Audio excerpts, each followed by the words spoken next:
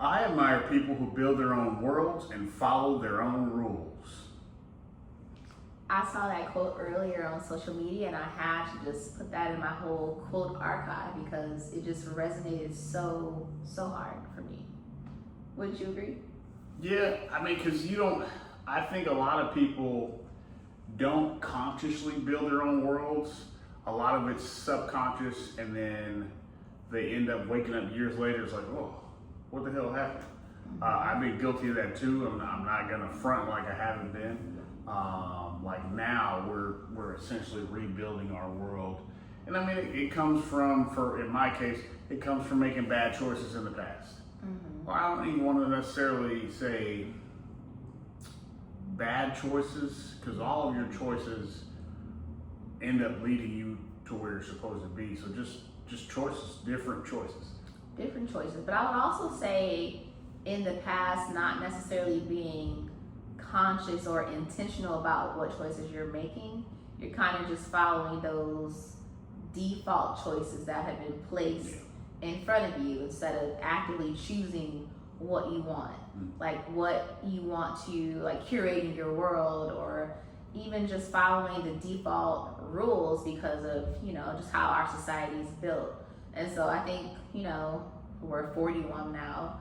Back when you're 16, 17, or in your 20s, you're kind of just, I would say teenagers, a lot of people, or maybe not you, you're just following what you're supposed to do, like being a good student, listening to your parents, blah, blah, blah.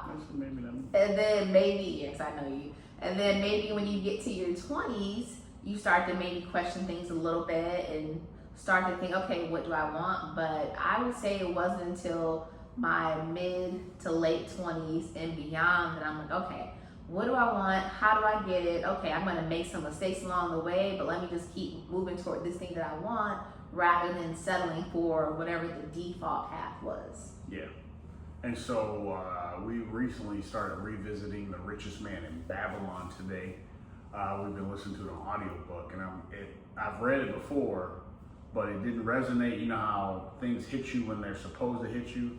And where he was talking about putting that 10% of your earnings to the side and then putting that 10% to work for you, so you build a golden army that's just out basically talking about saving and investing.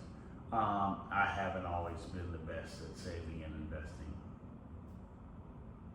I haven't always been the best at saving and investing.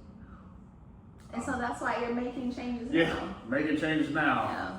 Man, I could spin it up like it's on fire, like my pocket's made out of gasoline and matches.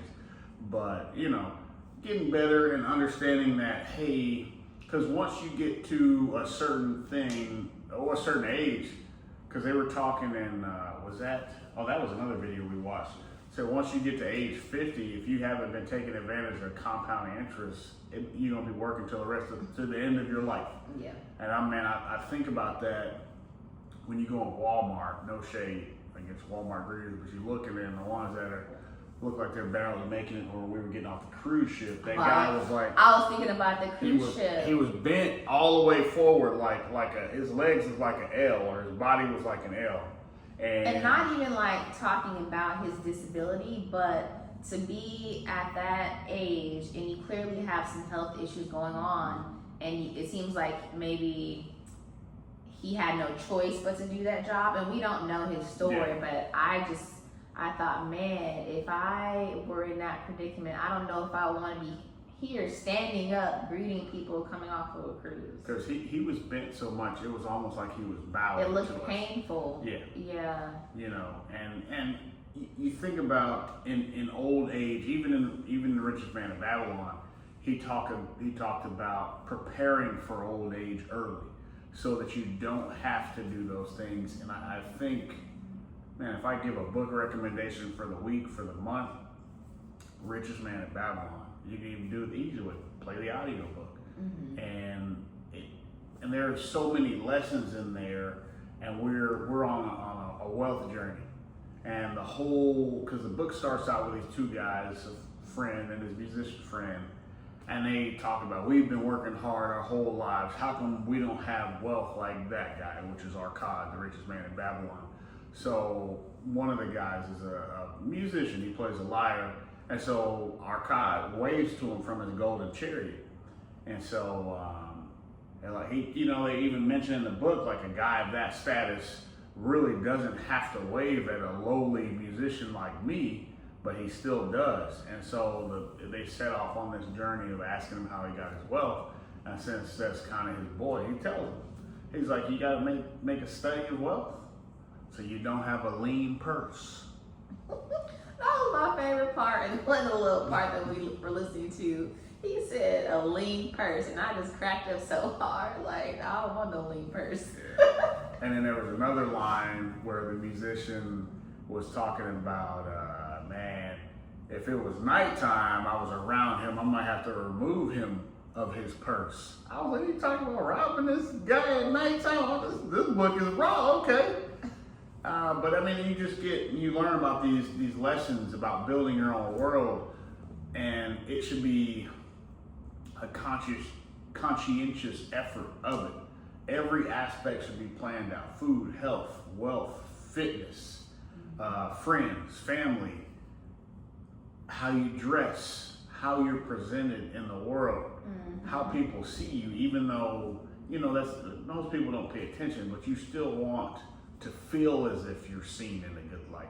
And that's why we came up with this whole idea of gamifying our lives and making it a whole fun project that we do together. Right. I actually spent the past couple of days working on my character, and I've been in AI, like actually making visuals for my character. So I got a good aesthetic today. I've been building worlds, y'all. It's been fun. Can we put some of the Not yet. I'm gonna show you guys, but it's been a work in progress. Make sure you save the bad ones. I got the ChatGPT prompts I've been creating and trying different AI, so it's been fun though. Yes.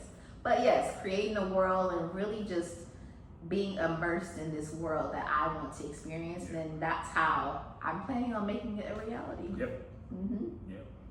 Well, just a light video today with a couple reflections from our week, and that's about it. You got anything else? No, that's it. We're always taking in inspiring content, so I think we can definitely start sharing more of what's been helping us. Yeah. Remember, check out The Richest Man in Babylon. It's about 4.5 hours of listening. If you do an audio version, that's really not that long. Don't act like it is. All right, toodles.